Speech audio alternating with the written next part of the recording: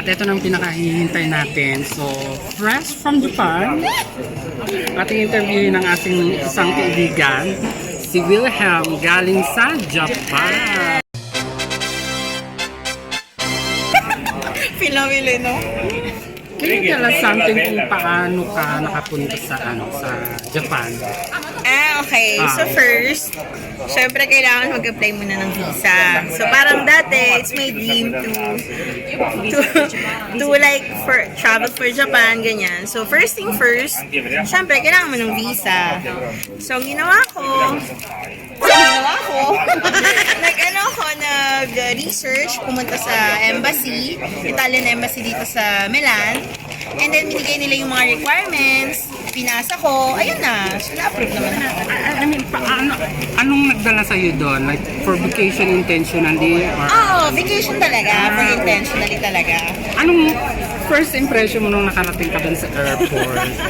Super, alam mo yung yung parang overwhelming. Parang surreal yung feeling na parang, nasasapan na ako. Parang, it was just a dream before. Tapos yun, ito na, nasasapan na ako. Ganun yung feeling. So, ano yung mga napasyalan mo sa... Napuntahan ko sa Japan. First, pumunta ako ng Tokyo. Pumunta ako ng Shibuya.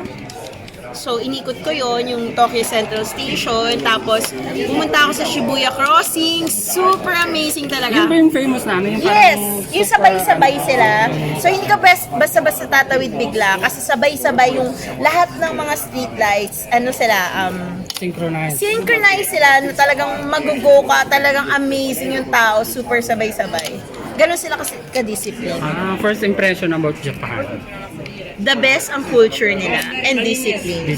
Yes. Imagine mo ha, I've been to different part of Europe, pero that's the first time I saw napipila ka para pumasok ng train.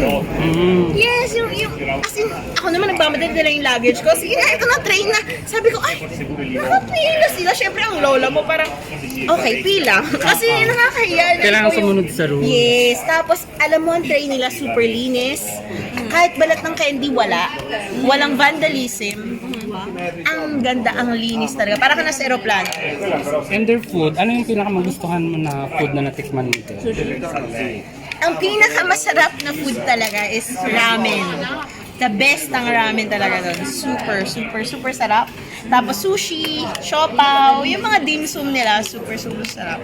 Tapos affordable din yung food nila. Medyo mahal lang sa transpo. Pero all in all, the best. Sobrang tagal Cherry naman. blossom, nakakita ka ba? Wala na masyado kasi parang 2 weeks lang kasi talaga sila nabubuhay. Oo.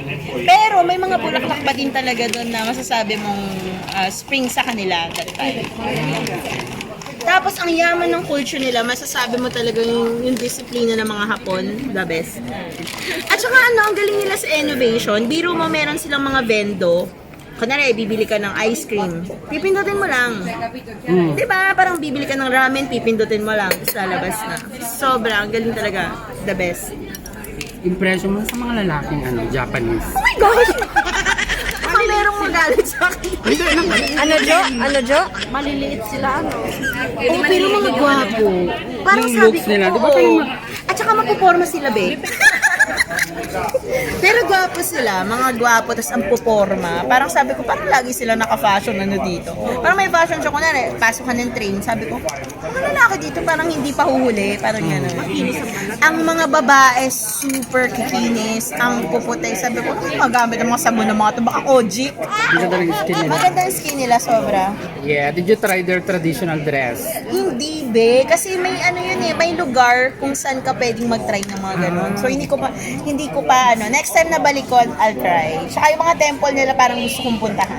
Ilang days ka na ba? Mga almost 8 days, mga ganyan. Mga ganyan, 1 Sulit week lang. naman yung mo. Super, tapos medyo nakakabitin nga sarap bumalik. Bitin pa ito. Malaki kasi yung Japan. How much the budget nung nagpunta ka doon? Okay. Be honest. Kasi yung ticket, papunta pabalik, nasa 1,200 krona. Ay, euro. Okay, sa hotel naman, mga 500 euro for 1 week na yun. Oh, mura na yun, Jo. 1 week eh. Mura na yun. Tapos, Hindi, 500 euro.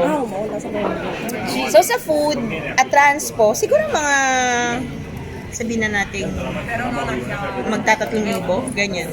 3,000 euro. Oo, pero lahat na yun. Yun ang yung kumbaga allotted budget. Oo. Kasi mag-isa lang naman ako, so kaya yung budget. Yung tanong mo, Mga ganun, 3,000 siguro. Siyempre, bumili pa ako ng mga souvenir. may tanong ka? Paano makahanap doon ng ano? Hindi ko alam kasi hindi ako nagano. Ay, oo nga pala. Hindi ako nagano ng jowa kasi yun eh. Yes, pag-usapan naman natin ngayon yung mga requirements. Ano Okay. yung mga hinanda mo na requirements para naman malaman namin kaming mga nagbabalak na Okay. gusto rin pumunta sa Japan. So, tell us a little bit or kung ano yung mga overall requirements, na kailangan. So, pinaka-importante na requirements sa visa is yung bank account or yung statement ng bangko mo. Ibig sabihin, kung capable ka ba na mag-tourist sa Japan. So, i-check nila yon or yung ITR mo, yung tax return mo. Titingnan kung meron kang work. Okay. So, medyo mabusisi sila doon. May laman mga Yes. Magkano minimum? Minimum.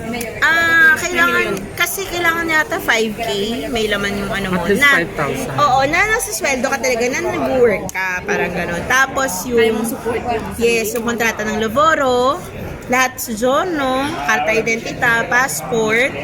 Tapos meron tinatawag na itinerary. Ibig sabihin, isusulat mo doon kung ano yung gagawin mo per day sa Japan. Ultimo, pagbili ng wifi, lahat yun, kailangan naka-detailed yun. So kung gusto nyo, I'll send the link below. I'll send the, yung pinaka-format niya, pwede akong tumulong kung paano gawin. Tapos, Yung application. yes, yung format. application. This application format. Pati itinerary, I can help you kung paano siya gawin. And then, ang pinakamahalaga din is yung supporting documents na nagkatrabaho ka talaga dito. Parang gano'n. Sa Italy. Sa Italy. Yun lang naman yung mga basic na requirements na hiningi sa akin. Tapos, after ilang days, wala nang tanong-tanong yan Anong pakiramdam mo? Ay, may ano ba yun? May interview? Wala na. usually? Wala na. Parang submission of requirements lang. Oo. Ayun pa pala. Kailangan mag-submit ka ng ticket pero hindi pa bayad ng balikan mo. Parang titingnan lang nila kung saan ka papasok. Oo, parang gano'n. Hindi, yung ticket mo talaga tapos yung save ng hotel Dami mo. ticket. Yes! Yes, dami. So, good morning. Konnichiwa. Hello. Arigato gozaimasu. Thank you very much. Yosh. Ibig sabihin okay. Yosh. Ibig sabihin nun parang, ang mga Hapon, mahilig sila sa ganon. Yung parang i-clear nila muna kung tatawid ka. Gaganon sila, oh. Yosh. Ibig sabihin, clear lahat. Clear. Oh, yun. Oo, yun. Yun yung mga basic na mga natutunan ka doon. Ang galing na. May time ba na ano na parang nawala-wala ka, na lost ka sa mga Hindi, ano? salamat kay Google.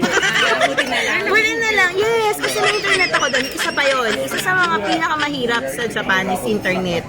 So, bumili ako ng SIM card na unlimited. Unlimited yung SIM card doon. Internet, unlimited Yes, unlimited internet. So, salamat kay Google. Salamat din sa Google Magkano ang ano Translate. nila doon? Yung unlimited na internet, yung sa SIM Okay, card. 5,000 yen. So siguro mga 50 euro, mga ganyan. Ewan ko, hindi ko alam kung tama yung conversion. Para mga ganun, 5,000 yen. Pwede. Kasi 1 week na yan eh, 1 week na. May balak ka pa na bumalik. Yes, of course. With Mel. I'll go to Hydromel. Japan. With Mel. Yes, go. For the honeymoon. Thank you for sharing with us. Karimas ka? Hopefully, makapunta din kami. Yes, why not? Pwede Ikaw yung namin yan. pwedeng. Arigato gozaimasu.